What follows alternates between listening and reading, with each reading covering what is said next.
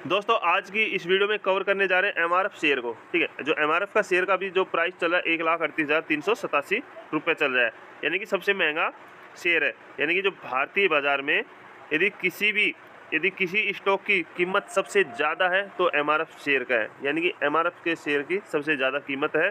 ठीक है, इससे ऊपर अभी कोई शेयर नहीं है। और हालांकि इस स्टॉक ने 1.5 लाख रुपये तक का अपना हाई बनाया, 1,51,000 तक गया है। ठीक है, तो 1.5 लाख रुपये को छूने वाला ये शेयर एकमात्र शेयर है। ठीक है, और इसके ऊपर इसलिए बात कर रहा हूँ क्योंकि इसके रिटर्न के ऊपर बात करेंगे और साथ में शेयर बाज़ार को हम समय नहीं दे पाते। ठीक है, समय नहीं देने की वजह से, ठीक है, या फिर नॉलेज कम होने की वजह से हम लॉस खा जाते हैं।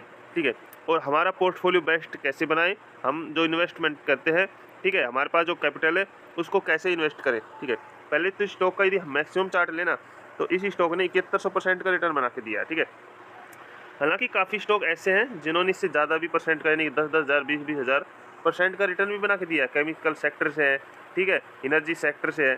ठीक है, बट स्टॉक में देखो एग्जांपल आपको बताने के लिए, ये 1900 का था। ठीक है, ये शेयर का रेट 1900 था, मतलब 1999 पे यहाँ पे शो कर रहा है। उस समय किसी के पास एक शेयर का रेट 1900, यदि एक शेयर लिया होगा तो उसकी कीमत कितनी चल गई, 1,38,000। यदि 10 शेयर खरीदेंगे तो वहाँ पे उनको 13 लाख। ठीक है, और यदि 100 शेयर किसी ने खरीदे तो उसका 1,38 लाख रुपए बन गए होंगे। ठीक है, तो ये वैल्यू होती है मार्केट को समय देने, यानी कि हम यदि इन्वेस्टमेंट करते हैं तो हमें समय देना सीखना चाहिए सर, पेशेंस रखना चाहिए।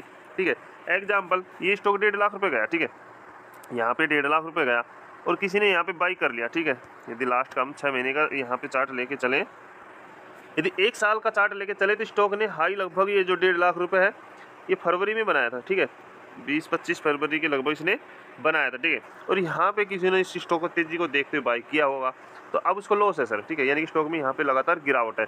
ठीक है, तो तेजी को देख के बाई करना है, लेकिन कब करना है, कंपनी के फंडामेंटल देखने हैं, कंपनी का बिजनेस मॉडल देखना है और स्टॉक में तेजी किस रीजन से आई है। ठीक है, यदि कोई अपडेट है तो मजबूत अपडेट है, क्या उस अपडेट के बेस पे स्टॉक में तेजी बनी रहेगी, टिकी रहेगी, या फिर उसमें प्रॉफिट बुकिंग होगी, और प्रॉफिट बुकिंग होगी तो हमें लॉस होगा तो हमें क्या करना है। ठीक है, तो स्टॉक को होल्ड करना है 6 महीने, 1 साल, ठीक है, या 5 साल।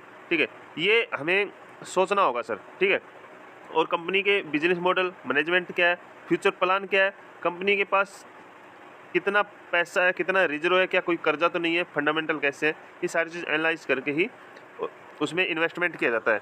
इसके अलावा पोर्टफोलियो बेस्ट कैसे बनाए सर, एग्जांपल हमारे पास 1 लाख रुपए कैपिटल है। ठीक है, तो कम से कम हम 8 से 10 कंपनियां ऐसी चुनेंगे, ठीक है, जो मजबूत फंडामेंटल वाली हो, जिनके बिजनेस मॉडल तगड़े हो और फ्यूचर उनका ब्राइट हो सर।